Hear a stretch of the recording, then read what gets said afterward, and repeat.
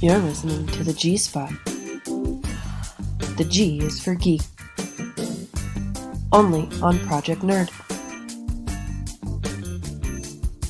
Hey, what's up, everyone? Quarantine. Been a hot sec. All right, well, But day 3065 on quarantine. Food is scarce. How are you doing? I'm doing so great. I have 2 cuts on my hands from cutting bagels, and that's where I am in life right now. Yeah. Just massacring my hands.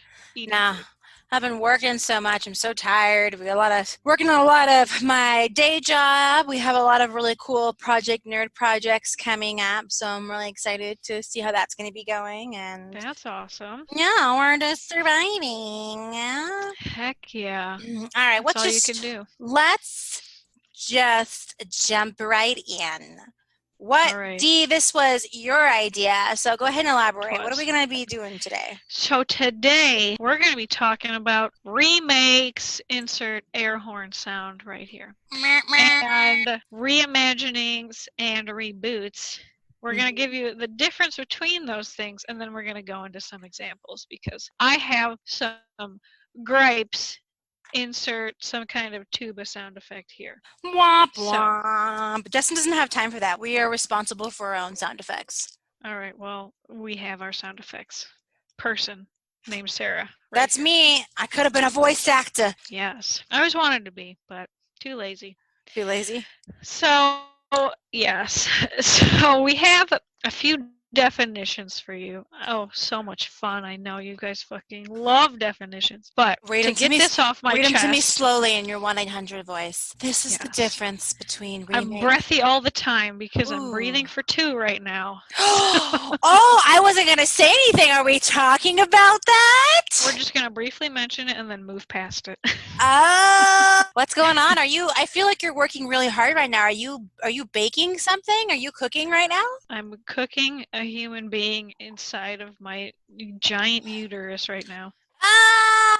You know what you need to do? I'm just going to say it because if anybody has seen Dee's Patreon or follows her any of that stuff, I mean, send her nice things, but if you want to start sending her some baby stuff, this is a hard time to have a baby, so it'd be super cool if people did that. I know. I have finally made a registry, but I'm not due till September, so we got time. Can I ask where's your registry at? It's on baby list. I was going to say, if you have not done baby list, that place is the shit. It's like the best website ever, and they send you a free box of stuff. So get ready for some dope swag. Wait, did they? They didn't say that I was getting a free box. Did you register for your baby box when you put in your address? I'm sure I did because I love free stuff, but I haven't gotten any boxes. Well, I mean, we are in the middle of a quarantine. Go look at it. But like my one of my roommates, she's pregos, and she got hers during it, and I got mine. And they send you like nice stuff. Like it's not like just. I mean, there's a lot of coupons still, but I got like a hat and a onesie and a blanket, like all of this stuff. It was like for free. And then they send you those little cards with like your registry info and stuff. It's pretty dope. So, and you can ask for like money and you can register anything. It's awesome. Yeah. And my friend told me about Target registry, and they will give you a little swag bag if you register with them. And so I did that, and they do have like a QR code that you scan, but I haven't been to Target yet. So I just have to go there and risk my life. No big deal. So it's no big deal. Are you guys going to be moving, or are you going to be staying in your place? Oh, we're gotta move into a house of our own. Oh, have you guys? It's the good time to buy. The market is crashing. I know. So, take advantage. I know. I mean, I feel so bad for people who are losing their houses and losing their jobs, and everything is going to hell for them. Mm-hmm. But I will be looking forward to buying their house.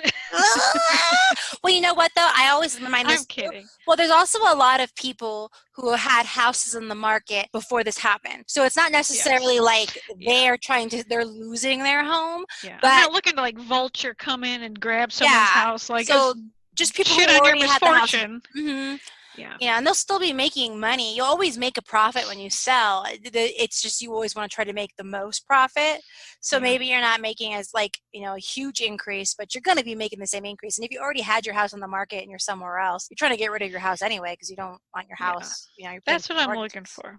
People who have already had their houses and they're like, yeah, we're willing to drop it to, in your price range. So. Absolutely. Well, very exciting. We'll keep everybody posted on Baby D 2021. All right. Or 2020. Ooh, man. Oh, yeah, 2020. Ah! Year of the rat. I am a little sad that my firstborn child will be during the year of the rat. Rats are survivors, though. And that's actually pretty fitting because your baby's being born during a plague. Yes, but my husband loves it because he loves those cute little rat videos and the one Rats are showering. Oh, pet rats are dope. You just put them in they're the adorable. hood. They're great. Back to remakes. So what's really quick? So we have three. We have three terms that we hear a lot. We have remake, reboot, and reimagining. Let's talk about the three differences there. Okay, so I have a great definition. So this is a remake definition. It's not from Webster's Dictionary. I'm sorry, but a remake is supposed to follow the original story quite closely. So it's like you're making it, it's like, I would say it's like the recent Lion King, where it was pretty much shot for shot. Everything was the same, but it was updated graphics, updated voice actors for a modern age so that new kids can get into it. So that's what I would say is a remake. I'd also say one of the history's worst remakes, but is the exact definition of what a remake is, was Psycho, the 1990s, with Vince Vaughn. With Vince Vaughn. And that was like a verbatim, like there was just a minute in your mind, like, why am I watching this? I could just watch the original, which is better. But, like, that is a carbon, like, shot for shot copy, and that's a really clean example of a remake. Yeah. Oh, you don't remake like classics. I'm sorry. No. Oh my God, Hitchcock. No, you can't. That's why you always got to do like Stephen King because he's always making new stuff. But you can't like remake. Although, I mean, we'll get into this later about remakes that are good than remakes that are bad. But I think there have been some Stephen King remakes that are arguably, in my opinion, better than the original. All right. Yeah. So then, what do we talk about a reboot? Okay, so a reboot, on the other hand, is generally an attempt to restart the franchise, but take it in a different direction creatively. And Sarah brought up Mary Poppins, the new one, which I have not seen. Oh, it's actually pretty good. Because I also read another place that said like sometimes a reboot also is restarting the franchise in a chronological order or a dechronological order. So it's not necessarily that the movie, film, book that has happened already exists, and now so like arguably things like Avatar: The Last Airbender, like Legend of Korra would be a reboot because it's the same world, the same same, everything's canon, but we're taking it somewhere else. Or someone could even argue, even though I know they're their own stuff, but The Hobbit is a reboot to Lord of the Rings, but now it's like a prequel. You know what I mean? So stuff like that, it's kind of arguably, or well, no, The Hobbit is a separate book, though. Well, I'm talking about the films. The films. Okay, how about this? Fantastic Beasts. Perfect example of a reboot for the Harry Potter world. All the same characters are still there. It's not an original source material. I mean, she made some of those books, but they're like, loosely based off of Pottermore. So that's like another example. I'm just trying to give, but yeah, Mary Poppins is a really good example too, especially because those books are chronicle stories as well. So that's a really great, you can kind of see how that all works. And then the last one is a reimagining, which is in a way like a remake, but it does not follow the original closely. Yeah. So it's like they're creating their own take on this old story. So A Christmas Carol is the one I read that's one of the best examples because there's so many different versions of A Christmas Carol and it's all the same story. But if you look at like Muppet Christmas Carol, the Jim Carrey one, and then Scrooged? And Scrooge. Well, that one I think that one is a reimagining too. Actually, because it's in the same. It's got the same thing. The main theme, but it's just through Bill Murray's. Yeah, that's actually a great. I didn't even think about that one. That's perfect. So that's a really great kind of way to explain that one. And then there's some subcategories. We didn't talk about this. We won't really get into this, but I just want to share because we're not just geeks. We're nerds. We're literary nerds. So a hard reboot. So hard. Oof. Is essentially if we're gonna go ahead and we're starting from scratch, like so a hard reboot is like nothing before existed. Like, we are just going to restart this world and it's a new story, we're continuing on, but like anything that we saw from the original just doesn't matter anymore. So Yes. sometimes So that would be, I would feel like that would be like the original Hulk with like fucking, what was it, Edward Norton? Yes. And then they kind of just like dropped that movie entirely and they were like, let's just pick it up with, what's his name? Yeah. Mark Ruffalo. Yeah, maybe. I believe though Mark Ruffalo is supposed to be a continuation of that. I think that's actually I believe Sorry, Mark Ruffalo actually, that's not any of those things. That's just the story, and it was just an actor switch, like with Don Cheadle and what's his face in Iron Man. Like nothing is actually changed. Cuba. Yeah, like nothing actually changed. It's just a different actor. Okay, because I watched like that old Hulk. I mean, it's not that old. It's not that old.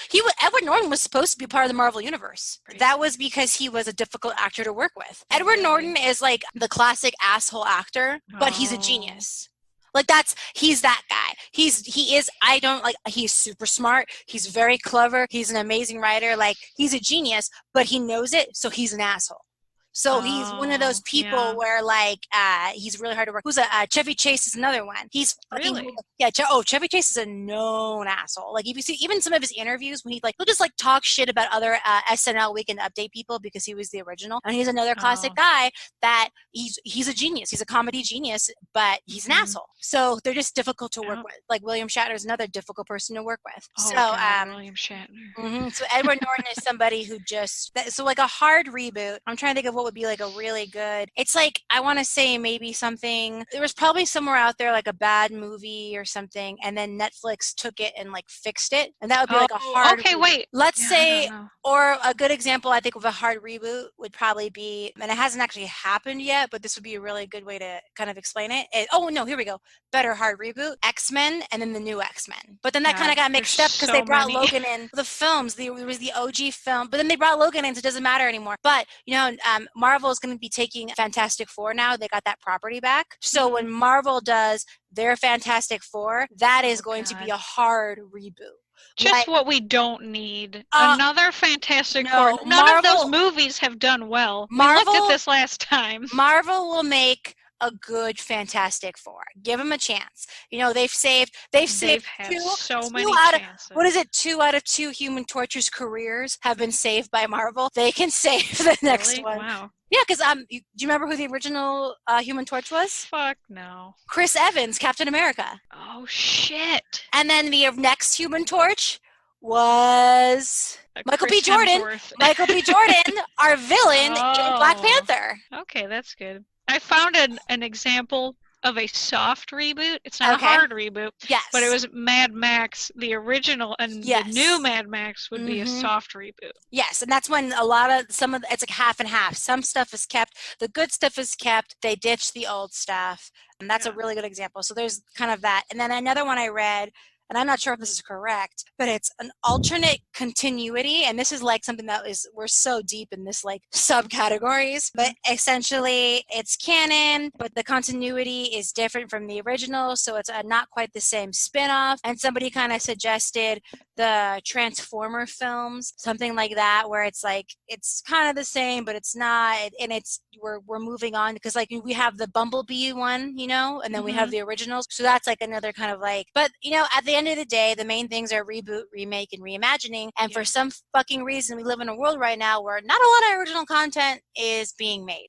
I know. There's so many movies that you're like, you think it's an original, and then you're like, oh, this movie came out in the 50s, and they're just remaking it now. And it's like so many, like 60% of movies, and I'm like surprised by all of this. I'm like, oh, I thought this was a great original idea, but no, it's just a remade movie from a long time ago that no one remembers. Yeah, no, exactly. 'Cause I mean, like a really good example right now, I would say is, I feel like, and I might be wrong, but it kind of feels like we have the Witcher books, right? And then I feel like the video game is a reimagining of the books, but then I feel like the TV series is a remake of the book. Does that make it? Because like if you're all, I don't know, that's much murkier to me. Because it's like you're basing things on like this original text, and then you've got all these 2 other things.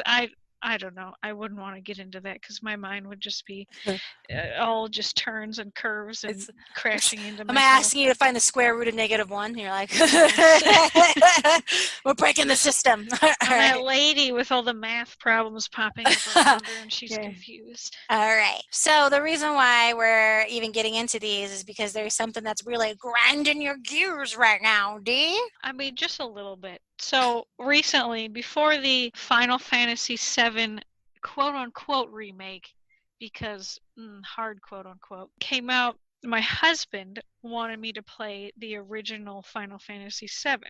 Mm-hmm. So that's what I've been doing in quarantine. And like, I already knew everything about this game before it came out because I was a big fan of Cloud and Sephiroth. So, you know, I already read everything. So pretty much the entire story I already knew. I just hadn't experienced the game. Mm-hmm. So that's what I've been doing. And then the remake came out, and my husband was very excited about that. So he, you know, got it the day it came out, and he played it, and I watched him play the whole thing. And I was like, okay, yeah, like there's a lot of things that are very similar. And then it came to the last hour of the game where there was spoiler alert. There's going to be a big spoiler alert on this whole episode. So if you haven't played it, don't listen to the rest of this. At the end of the Final Fantasy VII remake, it kind of gets a little meta on itself because it shows clips of the old game and like things that have happened in that game at the end but haven't happened in the new game. So it's like they're kind of telling you that they're going to be changing the story because they're like, oh, you have a choice in the matter. You can change the story. And so like these big things that happened in the end of the old game might not happen in the new game. So it's like it's a little unclear. But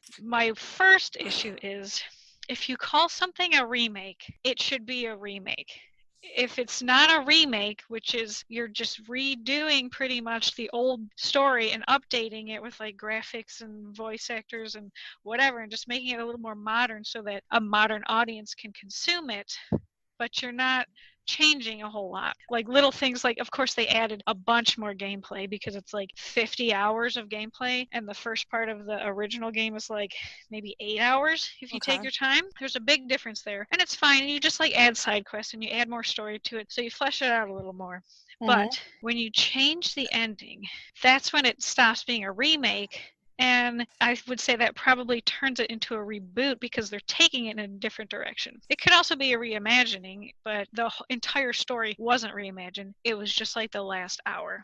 So it was not just the last hour, but the last hour is like the big, giant, like, this is not anything like you've seen before. So it was very different, and if you've ever played Kingdom Hearts, you will definitely get a Kingdom Hearts vibe from this. Because there's a bunch of shit flying around, you're jumping off of stuff. I already said that. Sorry, that was to my husband, because he's always listening. But in a lot of the Kingdom Hearts games, like in the beginning of the first Kingdom Hearts game, you fight this giant black Heartless, and it looks like it's like Medusa hair, like Zeus-looking guy, and he's huge. And in the end of Final Fantasy VII, you fight something very similar to that. And so there's all this stuff flying around. It's very like end of the world in Kingdom Hearts, and it looks like it has that same imagery at the end of Final Fantasy VII. So it's like very Kingdom Heartsy, and the story is so convoluted, and you're like, what is all this extra stuff that's going on? Like it's just like a little out there, and so it's just as confusing as Kingdom Hearts is. Okay. So there's just like a lot of things that they did not keep the same that they could have, and it would have been a perfectly fine remake, and that would have been the end of it. But since they changed the end, I'm going to argue that it wasn't a remake, but more likely a reboot. I don't know. Let me look at my definitions again. Okay. So maybe a reimagining. Know absolutely nothing about the Final Fantasy world, so I am probably going to be completely useless in trying to help you figure out this conundrum. I mean, that's it. That's the conundrum. And I know there's a lot of people out there who are like, whatever, they can do whatever they want. Like, it's their game, but at the same time, like, we're the consumers and we do have a say in what we consume and what we like. And if you're just gonna like force stuff down our throat and expect people just to be like, okay, yes, I'll consume anything you want me to, well, that's not the modern consumer, and that's definitely not me, because I'm way too opinionated. Now I'm out of breath, but that's all I have to say. God, this is ridiculous. So are you gonna it really grinds my gears. Yeah, it really grinds my gears. So yes. Okay. That's my take on it. Everyone can argue with me. You can at me on Twitter at DK00, or you can come on my Instagram. You know where to find me. Or you can just come on our Facebook page. But, if you want to talk about it, let me know. I'm open. I'm open to discussion. Okay, so that was intense.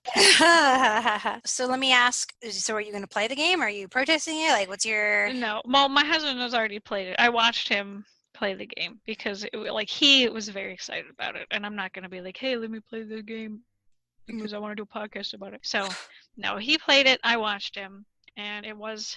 like, there were some parts that were very similar to the original, and he was like, oh, that's really cool. Like, this little piece of tiny nameplate something random is in the original game, and, like, those tiny little details really, like, made the remake really cool, and it made parts of it really a lot better to play, because you're like, oh, they kept all these little things in there, and then you get to the end, and it's like, oh, shit, they just took a fat dump of Kingdom Hearts all over this. So there was just a lot. Very emotional. It was an emotional roller coaster. Okay. So what do you think about the craze that is the live action Disney films? Because that is a hodgepodge of remakes and reboots and reimaginings. Yes. There's so much you can get away with animating things. If it's 3D or if it's 2D, like, you can do anything you want. But with making it live action, there's so many things that, like, the actors are limited to, and you need CG to make these things possible. And sometimes the CG isn't the greatest, and practical effects are the greatest, but you can't do everything with practical effects. So it's like there's this trade-off, and just graphically, I prefer, like, the animated stuff. I think some are great, and I think some of them are like, so, like, also just to give an idea here. So we have, you mentioned, like, The Lion King, that is 1000% a remake. I would say Aladdin is a remake too, but I would say that's more of a reimagining. And then we have Christopher Robin, which is a reboot, because it's a new chapter, but the same stuff. Yeah. Dumbo, I would say, is a reimagining as well. Beauty and the Beast, that's got to be a flat remake. I know it was one or two changes, but that is the same thing with the Jungle Book. That's a remake. Yeah. Pete's Dragon would be a reimagining. Yeah, I haven't seen the original or the remake of Pete's Dragon. You haven't seen Pete's Dragon? No, people said it was sad, and I was like, I don't want to cry. You gotta watch the original Passamaquoddy, where Mickey Rooney's just, like, drunk the whole time. He was probably actually drunk. No, he plays like this. He's like a sailor, the lighthouse guy, but he's just like, it's like, that was like back in the golden days when, like, people with characters were just drunk and shit, or, like, not golden days, because there was also a lot of open racism, but, like, you know what I mean? Like, it was just like shit you could never get away with now. But it was like a kid's movie, so him being drunk all the time was just, like, charming and not just disconcerting at all. I would say the Alice in Wonderlands were probably a reboot or a reimagining. Did they have more than one? Yeah, there's Alice two. In Wonderland? But they're pretty...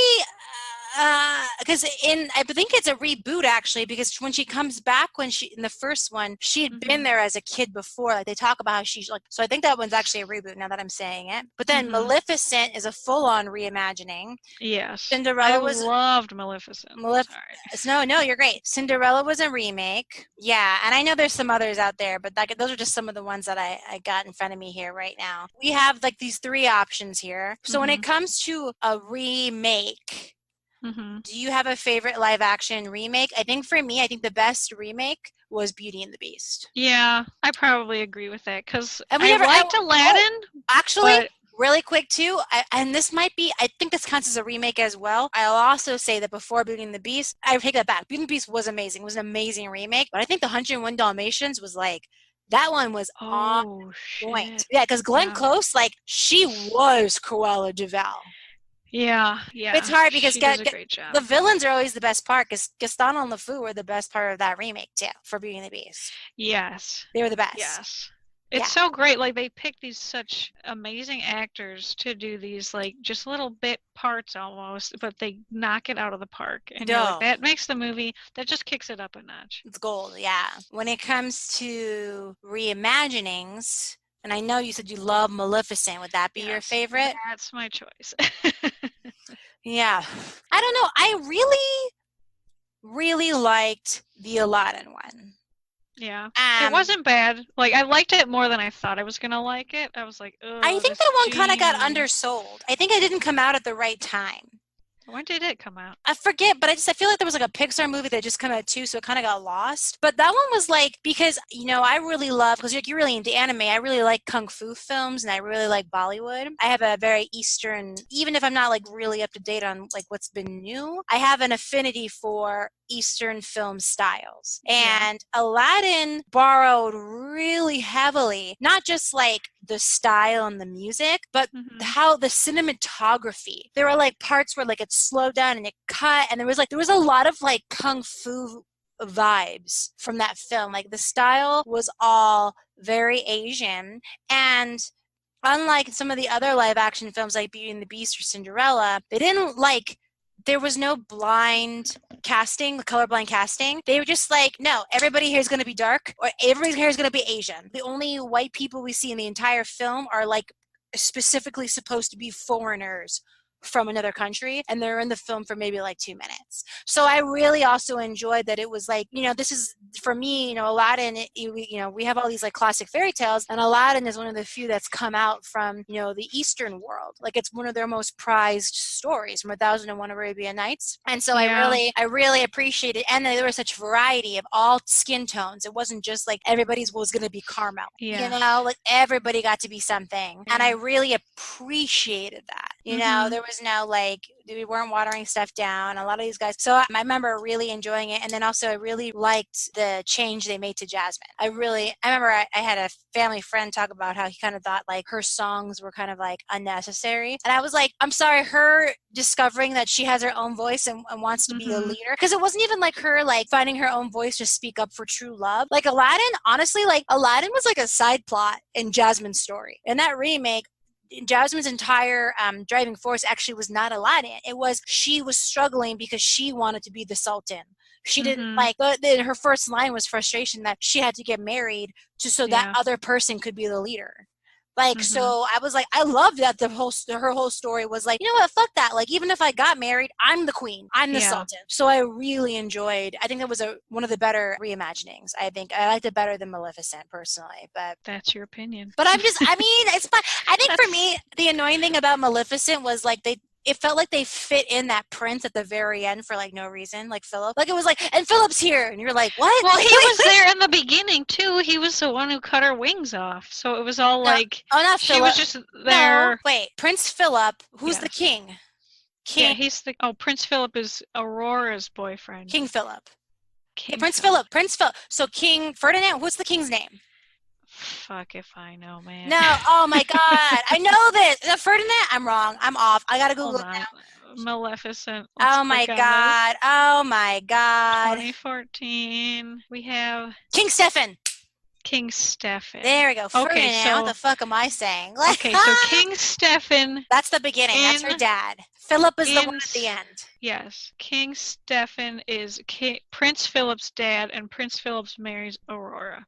Yes. Can I just share, this is a complete tangent, but now it's in my head, so I have to share this story. Back when I used to work for the Mouse, I was talking to this family, and I was doing their daughter's hair, and her name was Aurora. And I was like, oh, because, we know I've named my child after a Disney princess as well, so we were just talking about it. And she goes, this mom was like, I remember the first time I ever saw Sleeping Beauty, it got re-released into theaters. So she got to see like a special, I don't know, maybe it was like a movie, like those kids specials where they bring back old movies and it's like $4 or whatever. And she goes, and it was the first movie I ever saw in the theater. So they went to go see it. And I remember the opening scene when they said they named her Aurora after the dawn. And she goes, my name is Dawn. And so at 4 years old, she was like, if I ever have a daughter, I'm naming her Aurora. And I was like, oh, that's so magical. That was so magical. I die. I was like, oh my God, like that's like such a cool little story. Like, wow. Okay, anyway. every woman whose name is Dawn has to name their child Aurora now. But she said that. I was like, they do. That's actually how she heard, because it's Aurora, the Aurora Borealis. Her name's after Dawn. And I was like, oh my God, that's fucking magical. All right. Anyway. That is really cool. Huge. Now,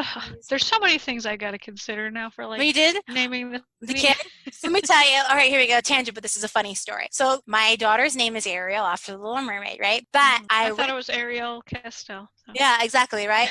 So I was going to name her Persephone because I thought it'd be so cute to call her Percy. I thought that'd be like such a cute little nickname. But my ex was like, no. So then I wanted to name her Gwendolyn and call her Gwen or Winnie because my favorite straight play is the importance of being earnest. And then once again, no. So then I said, what about Tiger Lily or Lily? No. And by then our relationship was falling apart and he was becoming the deadbeat dad that he is now. So I was like, you know what? Fuck it, I'm picking the name. And because I already got the first, we got X, one day we were talking to somebody and they're like, what are you going to name her? And I went, her name's Ariel. I didn't even like ask him. And I just started calling her Ariel. I said her name was Ariel on Facebook until other people started calling her Ariel and that became her name. So not as cute, but I liked it. But then for this one, so then for my son, I knew I wanted them to have names that kind of like went together. And now their father is a great father and a good man. So I actually cared about what he had to say. And so we were talking about stuff and we were having a real hard time agreeing on things. So then I was just going through a baby book name and I saw the name Atlas and I was like, Ariel and Atlas, and then we have water and then we have the earth, and then Atlas, as we know, is a titan in Greek mythology, but in Disney folklore Ariel's father is Triton, who was one of the sons of King Poseidon in Greek mythology, and that's why in Hercules they gave him red hair because Ariel and Hercules are technically cousins. Oh. So then I wanted to name him Atlas because Ariel is the son of King Triton, and so they're both from Greek mythology and Disney lore. Oh, yeah, that is cool. And the crazy part is, and this it was ties not planned, together. They have the same colored hair. Oh. So there's well, my you know, that's little genetics. nerd. Well, I mean, they have two different biological other halves, so they could have completely gone the other way. I have because when most people see them together, they're like, that's their brother, and like there's like no question they're related. And I was like, it's because, but then like my grandfather, all of his kids look just like him. I look exactly like my dad, and my kids now look like me. And when you put us all together, you're like, damn, that's just like the gene pool on my father's side is like insane. Like we're so swole, we beat the fuck out of other genes. We're very dominant. Good tangent. Anyway. Next time, we'll have another podcast about genes and heredity. All right. Perfect. So that's okay. So we talked about reimaginings. So reboots. What about reboots?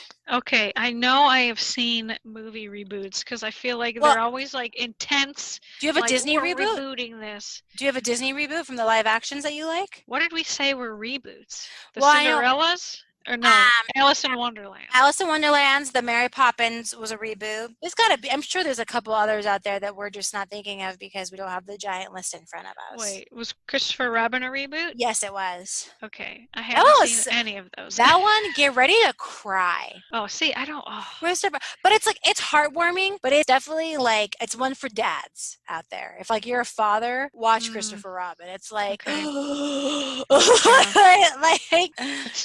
it's oh god, it's so sad. I can't. But okay, the only Alice in Wonderland movie that I've seen is the Through the Looking Glass, and that movie is just so off the wall. Yeah, it's a bit much. So because that's the only one I've seen so far, I would have to say that one's my favorite. But low hanging fruit right now. Low hanging fruit. All right. Well, I haven't seen it. But it was just so like they're they're rebooting. This is technically would be a reboot because we're continuing the story. But there's that new movie Cruella with Emma Stone, which is really weird. I'm not quite sure. Oh, so it's like the Maleficent background story, but with Cruella de Vil. But I mean, like what Cruella de Vil background? Like, what is so interesting about her? But, I mean, did you think that about Maleficent? Like, you're just like, oh, she's just an evil witch and whatever. No one. Actually, do you know what? That's why I don't like the Maleficent movies. is because they gave her like a soft spot. Well, there's always an origin story and a soft spot. Maybe, but not they everyone made is her just tragic. evil. But they made her tragic. Some people can just be power hungry. And also, she was evil. Maybe that's Cruella de Vil. She was the evil fairy. Like, that was her jam. We didn't have to keep, I don't know. Don't get me started. I liked it. I mean, there's no, like, I don't know. What is it based on? There's some fairy tale that it's based on. Well, and so what, Sleeping Beauty? Sure, it's based off of Sleeping Beauty. God. That's a public Grimm domain fairy tale? It's a public domain story. Yeah, the original one, her name was Rosamund, and it was like the whole forest grew over. But like, I don't think there was ever a dragon to be defeated, but there was still fairies. Yeah, but it was like Cinderella, all that shit. The Disney sprinkles. But actually, just so you know, the Sleeping Beauty, the Disney, that's actually mostly based off of, ready to get fucking meta? Maleficent is a complete reimagining of the animated film Sleeping Beauty, right? But then Sleeping Beauty is actually a remake of Tchaikovsky's Sleeping Beauty ballet, and then the Sleeping Beauty ballet is a reimagining of the classic fairy tale story. Boom! Yeah. There's a lot going on. Every Disney movie is like that. But the Disney movie is actually not based off of the original fairy tale like the other ones are. That one's actually based off of the modern that one's based off of the ballet from like the 1930s or whatever. So it's actually like, it's one of the few fairy tales that they actually copied a remake more than they copied the original story. Yes. That's what I'm trying to say. And half of the songs in that movie aren't original Disney songs. They're copyrighted from the ballet. So they just put words to it. So a lot of that music isn't even like theirs. It's oh my god, I can't even say his name right now. Tchaikovsky's, thank you. Yeah. So that's kind of a little fun, just a little fact. Yes. Okay. So I had to look it up because I was like, I you know there's some weird. There's always some. No. Fucking believe me? I did, but there's always like some weird dark shit in all the fairy tales that Disney remakes. Yeah. It's like somebody gets raped, somebody actually dies at the end. You know, it's not a happy ending. All that shit. Mm-hmm. So I was like, okay. I was rereading the synopsis of the Sleeping Beauty tale, and it's much darker. So go read it up. Go read up on it, people. All right. You'll have a great time. So anyway, those Disney live actions are just really good ways to look at everything. And then I would say the Marvel movies are a really good way to look at reboots or remakes, because whenever Sony Spider-Man Tom Holland is a reboot of I think every time they get a new actor, I feel like it's a reboot of the Spider-Man franchise. Well, that's a reboot, but then what's his face? Garfield, he's a remake of Tobey Maguire. With Garfield, they were doing Tobey Maguire remakes. Yeah, Garfield was a remake of the Maguires, but then Holland is a reboot of the Maguires. Yeah, this shit is crazy. I feel like I'm like Charlie from It's Always Sunny with my yarn, and I'm like, it goes straight to the top. Sylvia. The top. Yes, we pretty much need like a dry erase board and a bunch of pins and string and everything. Absolutely, it's fucking bananas. All right, so what do you think are some failed and what are some successful versions of these things? Well, I would say A Star is Born is a very successful remake because it's been done at least twice. I think it's 2 or 3 times because the original is with Judy Garland, and then they did a remake with Barbra Streisand. Yeah, and then they did this most recent remake with Lady Gaga. Yeah. So I don't know if there was one before Judy Garland. Maybe there could have been throughout time. There's a couple that are like, there's like some OG black and white films that you're like, oh my god, I had no idea we're just like copying stuff. I mentioned that in the beginning of this episode, Sarah. Thank you for reiterating. Thank you for rebooting my statement. One of my favorite things is I feel like Netflix is like the king of remakes, and basically like so The Last Airbender was like a terrible movie, and now they got a hold of it, and I have a feeling the show is going to be amazing. But it's like every time something goes wrong, like Netflix gets a hold of it, and they're like, okay, we're going to do this again, but it's going to be better. Yeah, they do a great job. And then HBO got a hold of The Golden Compass, or the Dark Materials series, and that's a good example of a remake that, from a film, and like a reboot, I would say. No, that's that's a remake of the original of the original plot. From the books.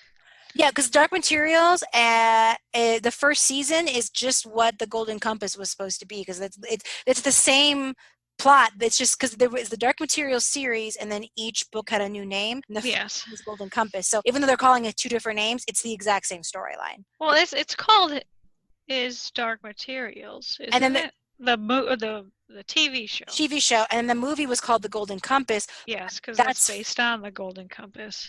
The first book. But the first season of the Dark Materials is based off of the Golden Compass. Yes. The books. But okay, so when it's coming from like a book source material, I don't know what to call it. No. Listen to me. So the Dark Materials series on HBO is technically a remake of the Golden Compass movie. They just changed the name. Yes, but like I didn't see the movie. But I read the books. The movie is the same. The movie is the same plot as the first season of the show. It's just one's a movie and one's a TV show. So you can say, I mean, yeah, it's based off the book, but it's technically a remake now because the other one exists. Okay. I see what you're saying. Yeah. Listen to me. So like, I get. Or that, like, wouldn't Fargo be a reboot of the Fargo film? I would think so, because it doesn't follow the film. But it's exactly a new story, or that a soft? Are they taking it in a different direction? Well, I've only seen a couple episodes of that, but I'm just trying to think of like. I just feel like there's a big movie to TV that seems to be the where we really get that like failed success line. Okay, yeah. Is Fargo based on anything, or is it just a Coen Brothers movie? Because I feel like if it's just a movie and the Coen Brothers just made it up, so it's all of their original stuff, and then someone makes a show based on that movie, and they're taking it like in a different direction or expanding on it in any way, I feel like that is like a reboot, because it's not they're not like just redoing the movie and just like, because you can't like redoing the movie, it's just a movie, so you can't make it into a show. There's just like not enough stuff to put in a show from a movie. So if they're taking like the movie and like expanding on everything and going into all these different parts, I would say that's like a reboot, because they're taking a bunch more things, putting it in there, and it's like it's going in a different direction. And it's still it's I don't know who made it. So it was created by someone else who is not one of the We're Coen so brothers. confused. I feel like we're giving ourselves like headaches, like, and then when this happened, and then this switch, and this based off of this, which we're taking it all the way to the top. Let's go all the way to the top. Yes, we have to. Okay, but so if it's like a show based off of just a movie, as is Fargo, I'm going to call it like a reboot, because they're expanding and they're putting new stuff in and they're taking it in a new direction. I would say another successful reboot would be Into the Shadows. What we do in the shadows. Sorry. Yes. What we do in the shadows. We did start watching that. I liked it. Oh my god, I want to cosplay that. So that show's fucking. Oh my god, we drank the blood of people on drugs, and now I'm a wizard. Yes, like the first episode was a lot like the movie, but then they totally went in a different direction and like they expanded on everything. Oh yeah, that's great. So that was very cool, and they're like doing their own thing, and of course it's made by the same people, so it's going to be amazing. Yeah, no, that one's really good too. That's like old school Taika, like early on before he got like really famous. So sometimes you're like, I forgot. Pure Taika. That's like pure Taika. It's like whenever you watch like old episodes of Community with Donald Glover, and you're like, oh god, he was so nerdy. Now he's before pre-Childish Gambino, Atlanta. Yeah, Atlanta's another really good one too. So yeah, I think that there's a lot of successes. I think that, in my opinion, Netflix is like the king of the remakes. Like, I feel like every time something does really bad, they come in and they're like, all right, I guess we'll fix this shit show and give you all the money that you should have had in the beginning, like things like that. I will say something that I think is a failed reboot is the new Sesame Streets on HBO. I don't like them. Oh, I haven't watched those, but Yeah, Well, I why heard would you about it. have? You know what? Yeah. Honestly, the part of the charm of Sesame Street is all the people, like the videos, like like they can tell, like they went to, like they just traveled around New York City and met different groups. And there's always tons of kids, and you can tell the kids aren't really actors. Like everything's like very raw. Now with the HBO, like it's all brand new sets. They only have like 1 or 2 human actors. Everything else is puppets, animation. You could just tell like they slashed prices wherever they. It didn't have that like charm anymore. I don't know. Yeah. Well, I feel like it's always been primarily puppets. Has it not been?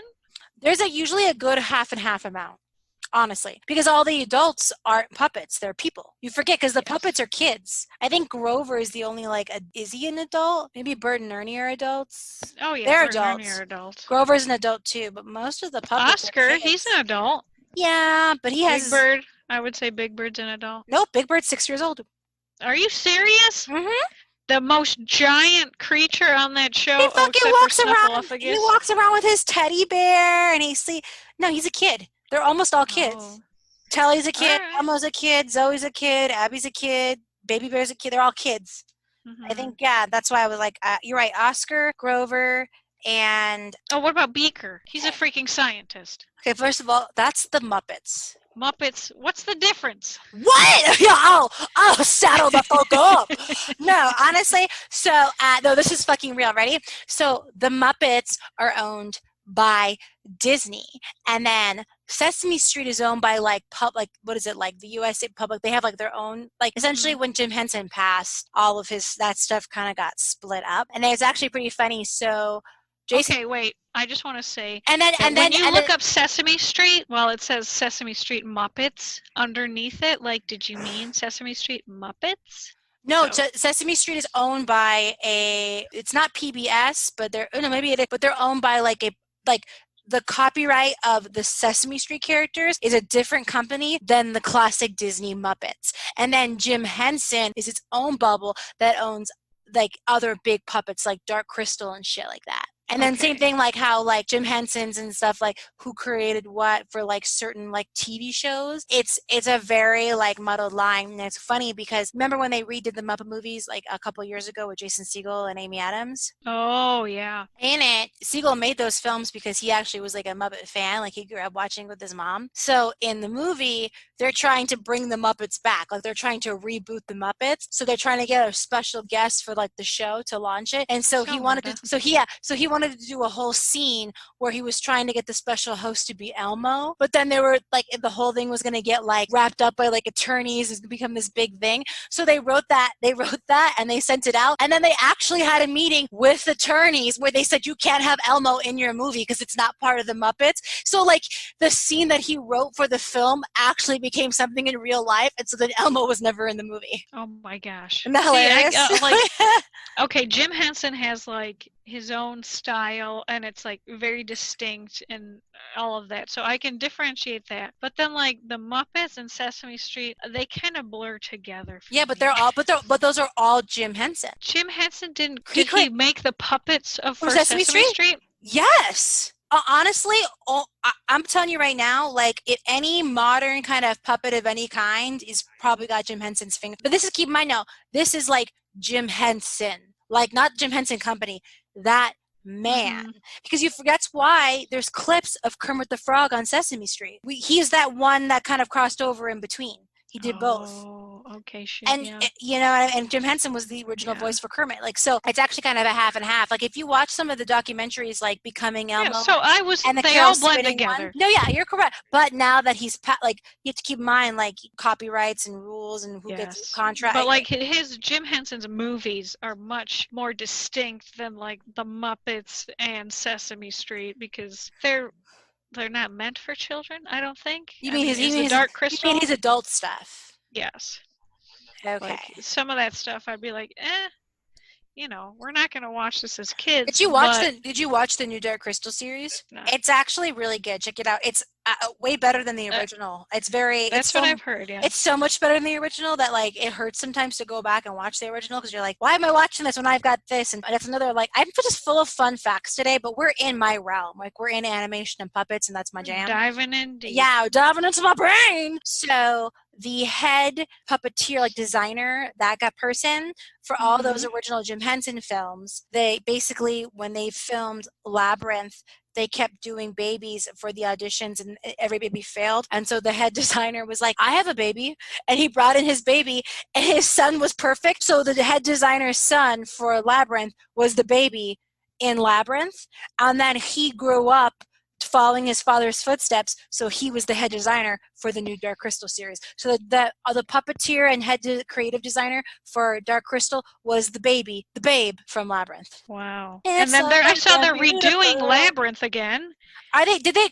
So when they originally, I just saw that. I don't know. Well, because Dark Crystal happened because they approached Netflix about redoing Labyrinth, and they were kind of on the fence about it. Honestly, though, in my opinion, Labyrinth is one of those movies that still holds up. It's kind of like Wizard of Oz. You don't have to, you don't need to remake Wizard of Oz. You don't need to remake Labyrinth, in my opinion. That one's gold. But when they came in about Labyrinth, they're like, actually, we want to do Dark Crystal. Are you interested in that? So the guys who made Crystal originally came in with Labyrinth and they switched. So I don't know if that's remnants of that or maybe they decided to redo it. But honestly, you can't. Who would be David Bowie's? Like who could be the Goblin King? Who? I know. Well, I mean, Lady Gaga? Like, who could That's be, all I can think of. who could be the freaking genie? And like Will Smith did a great job. Honestly, I think Will Smith did a great job. But I think part of what made the Goblin King so wonderful was like how androgynous he was. Oh yeah. So but I feel like every male singer now is what if freaking Brandon Urie could be the Goblin King? Actually, ooh, I would see that from Panic at the Disco. Yeah, I know who he is, but I don't know. He was great. He was great in Kinky Boots. I never saw that, but well, it was Broadway. Yeah, because we forget that he's also like a Broadway star. Like he is like an actual performer, not just like a one trick pony. I mean, yeah, if he's good in Kinky Boots and I think, who would you cast? I have no idea. There's so many like androgynous singers now. Like Harry Styles is just like, hey, I'm gonna wear a dress and I'm gonna kiss boys and like just be who I want to be. And I feel like that's more people are doing that more because they're like, I'm not in a box anymore. I can do what I want. So there's so many singers out there who could potentially. But I don't think Harry Styles is. I don't think Harry Styles. I'm not saying he's sexual enough. Though. Well, no, because the one thing about David Bowie was he was like very. Did you just say sexual. You don't think Harry Styles is sexual enough? David Bowie was known for his sexuality. Have you not seen his new music videos where he's in an orgy the whole time? I'm not. Just because you're in an orgy doesn't mean there's something about David Bowie. Like he is like something. His presence creates sexual awakenings. Like you need to find somebody who just like it's not just being in orgies. It's like there is an aura about you. Like I always like Lady Gaga is another example that I use because I think Lady Gaga is beautiful, but she's not that classic beauty that we all think of, right? Especially her very early stuff. Like we all see her now and we think she's beautiful, but when she first came out, like the same thing with Barbra Streisand, like your nose is too big, do this, do that. Like she wasn't doing well in the beginning, but once we got to see her style and her attitude, like people like Britney Spears or Katy Perry, they're beautiful. But something about Lady Gaga is sexual. And, like, that's what it is. Like, there's, like, that. It's that je ne sais quoi. Like, there's no way to put it except for that. And I don't think Harry Styles has that. Oh, I don't find Lady Gaga sexual at all. Well, you also are Queen of Vanilla Town, USA. So I don't know what to tell you.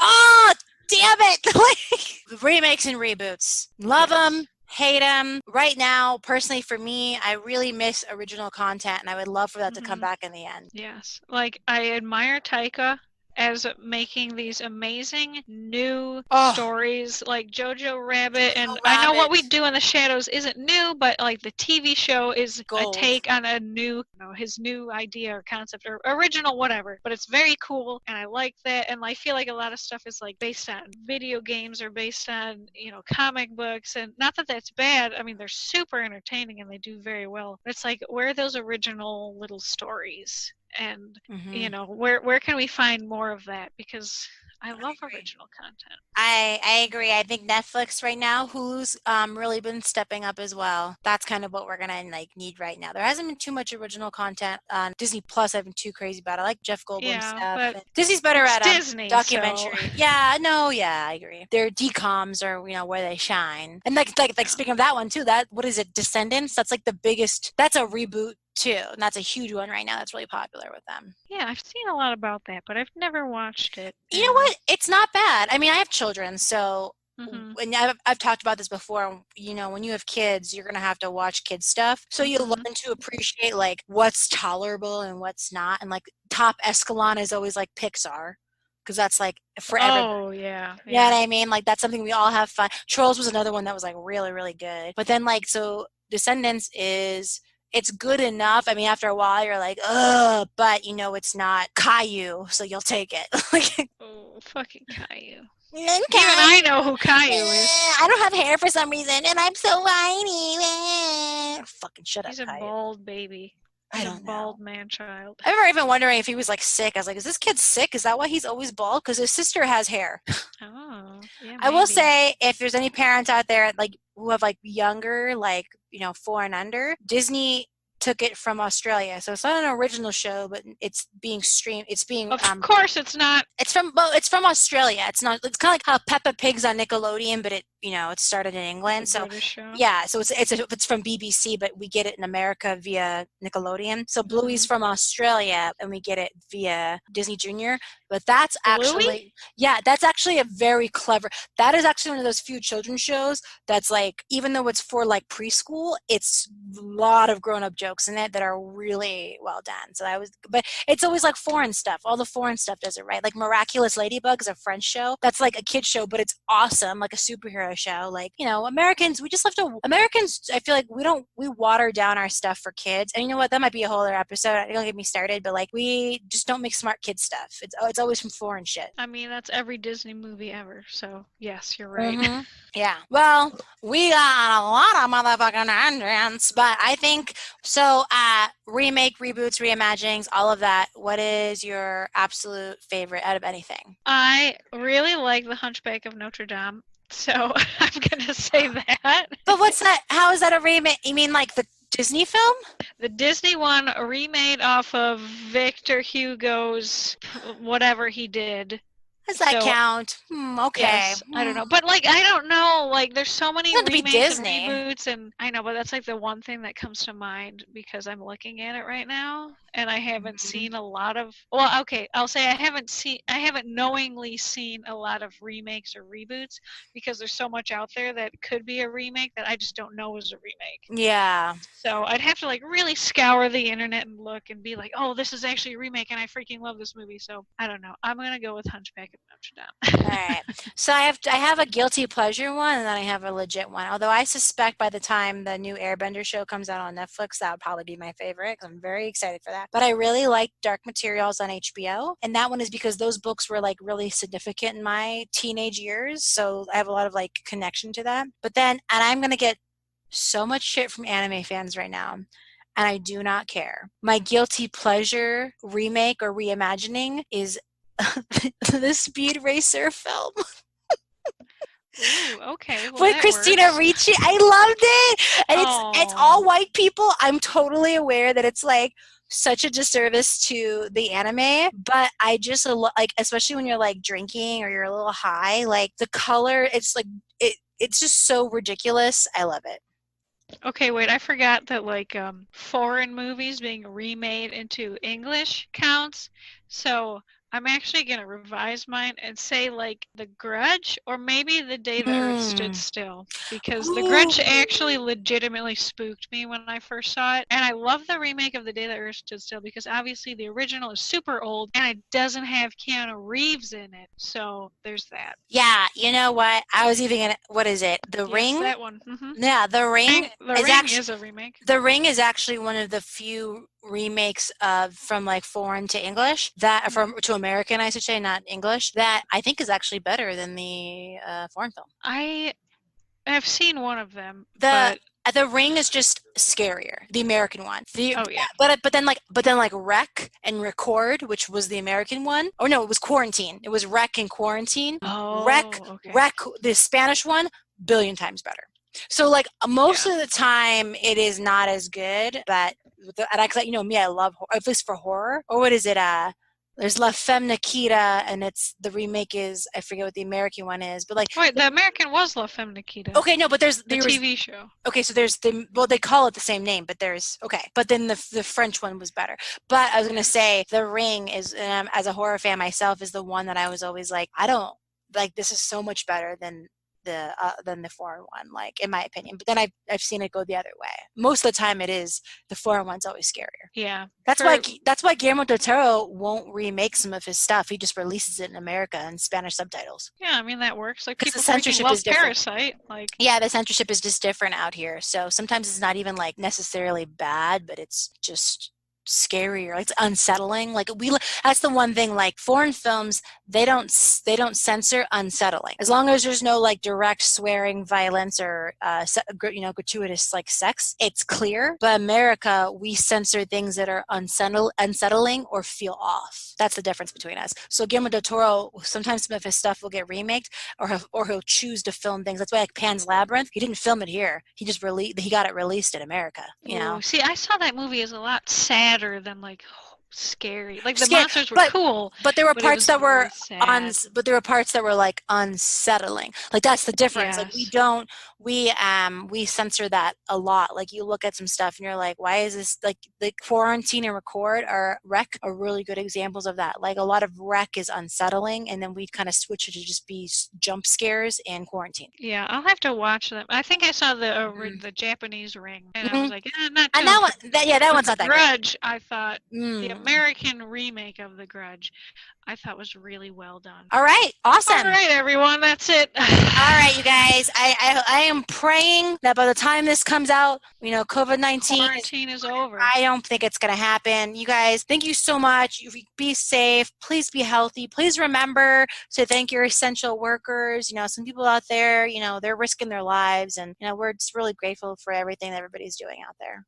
Yes, and while you're in quarantine, go to Apple Podcasts or Podbean or wherever you get our podcast, and just, give us a little 5 stars and a review. That would be for your own good and feel better doing it. Absolutely. And remember, check out what Project Nerd has going on. We have so many other awesome podcasts, amazing projects, really great blogs. We know there's some really exciting things Project Nerd's going to be working on. It's going to be coming out. So give it all. I think we should start shouting out our individual fellow podcast hosts. You haven't even met all of them yet, have you yet, Dee? No, I haven't. We're a huge family. It's a little jarring. Yeah, it's gigantic. Yeah, and it's funny because, like, people like us, the podcast world, we're rather new to the PN family. So when you go to meet them, everybody already knows who you are, and you're like, ugh. So it's a lot, but it's great. All right. Yeah, big family, and it's really nice. Everyone's super cool. So check us out. Check them out. Give us a rate and review. We love you. All right.